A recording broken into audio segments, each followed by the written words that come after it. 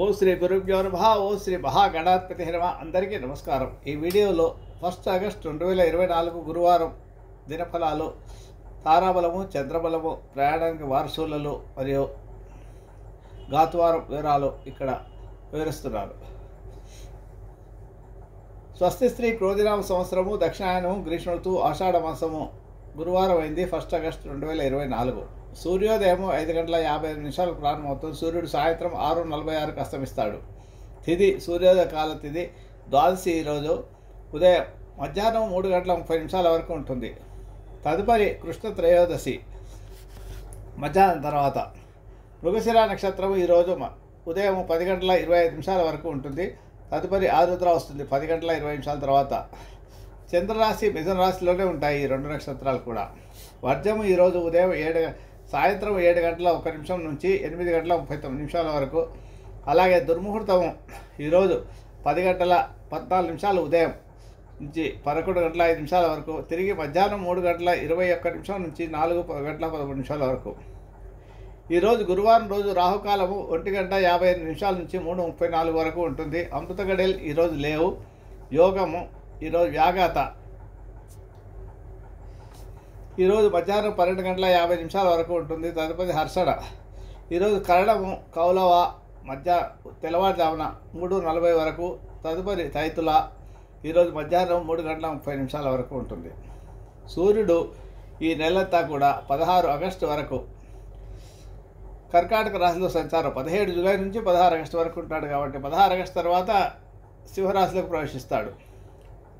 అంటే మగ కార్తీ స్టార్ట్ అవుతుందన్నమాట. ఇక అశుభ సమయాలు, గుళికా కాలము ఉదయం 9:10 నుంచి 10:46 వరకు ఉంటుంది. యమగడ్డము తెల్లవారుజామున 5:58 నుంచి 7:34 వరకు. ఇక ప్రయాణానికి వారసులను పరిశీలిస్తే యమగడ్డము 5:55 నుంచి ఉదయం 7:34 వరకు.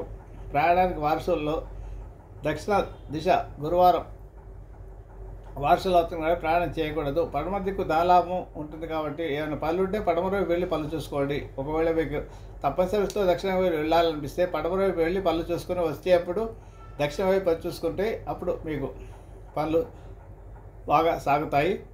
అలాగే ఒకవేళ దక్షిణ వైపు వెళ్ళాలనుకున్నప్పుడు మీరు ఇంట్లో నుంచి బయలుదేరిన తర్వాత పడమర వైపు వెళ్ళి క్లాక్ వైజ్లో తిరిగి దక్షిణ వైపు వెళ్ళి పళ్ళు సాఫీగా అవుతాయి. ఒకవేళ దక్షిణ దిక్కు ప్రయాణం చేయాల్సి వస్తే పెరుగు లేదా జీలకర్ర నోట్లో వేసుకొని బయలుదేరాలి. ఏ దిశకు దిశ శూల ఉంటుందో ఆ దిశకు ప్రయాణం చేయకూడదు. ఇది దూర ప్రయాణాలకు మాత్రమే, ఎక్కువ రోజులు ఉండే ప్రయాణాలకు మాత్రమే వర్తిస్తుంది. రోజువారీ ప్రయాణాలకు వర్తించదు. ఉదయం వెళ్ళి సాయంత్రం వచ్చే వాటికి వర్తించదు. ఒకరోజు రాత్రి ఎదురు చేయాలనుకున్నప్పుడు మాత్రమే ఇది వర్తిస్తుంది. తారాబలం, చంద్రబలాన్ని పరిశీలిస్తే ఈరోజు నక్షత్రము మీ నక్షత్రం కనుక 10:20 వరకు ఉంటుంది. ఈరోజు మీ నక్షత్రం మృగశిర, చిత్త, ధనిష్ట అయితే మీ తారాబలం జన్మతార అవుతుంది కాబట్టి మంచిది కాదు. సూర్యుడు అధిపతి మనస్సు మీద ప్రభావం చూపుతారు, తద్వారా సమస్యలు సృష్టిస్తారు. 3వ పాదం అధికంగా చెడు చేస్తుంది. జన్మతార ఉన్న రోజు తప్పనిసరి ఏమైనా పని చేయాలంటే ఆకుకూరలు దానం చేసి చేయండి.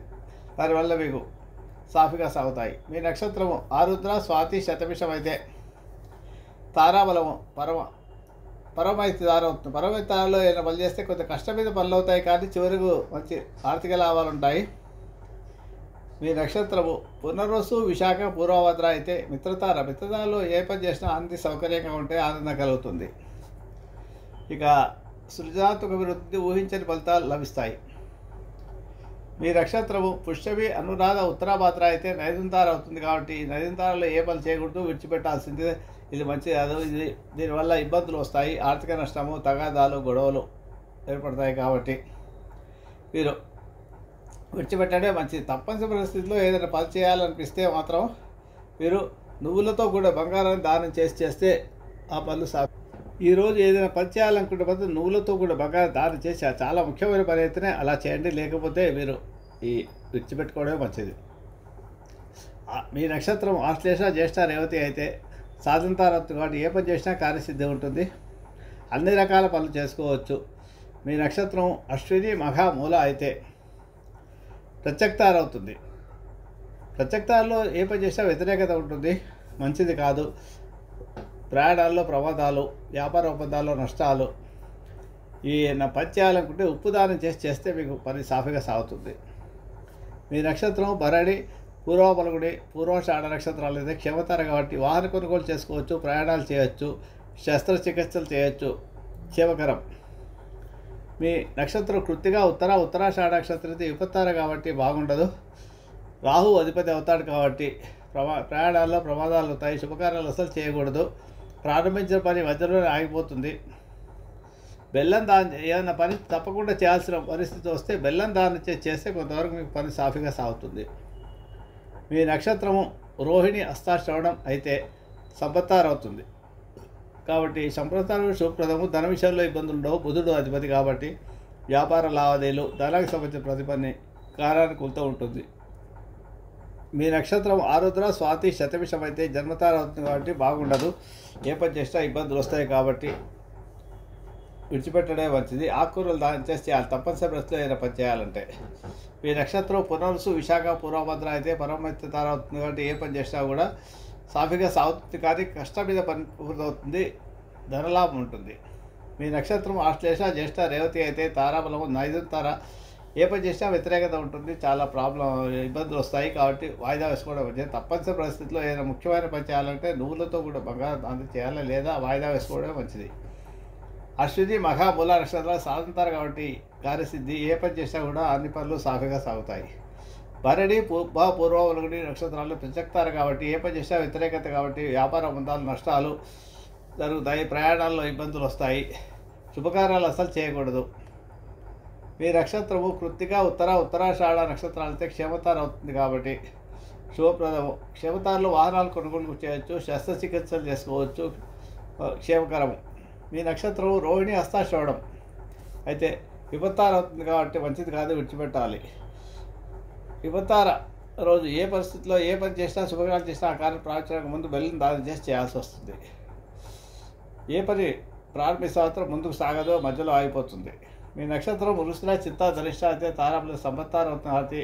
ఆర్థిక లావాదేవీలు, బుధుడు అధిపతి కాబట్టి వ్యాపార సంబంధ వ్యాపారాల్లో బాగుంటుంది.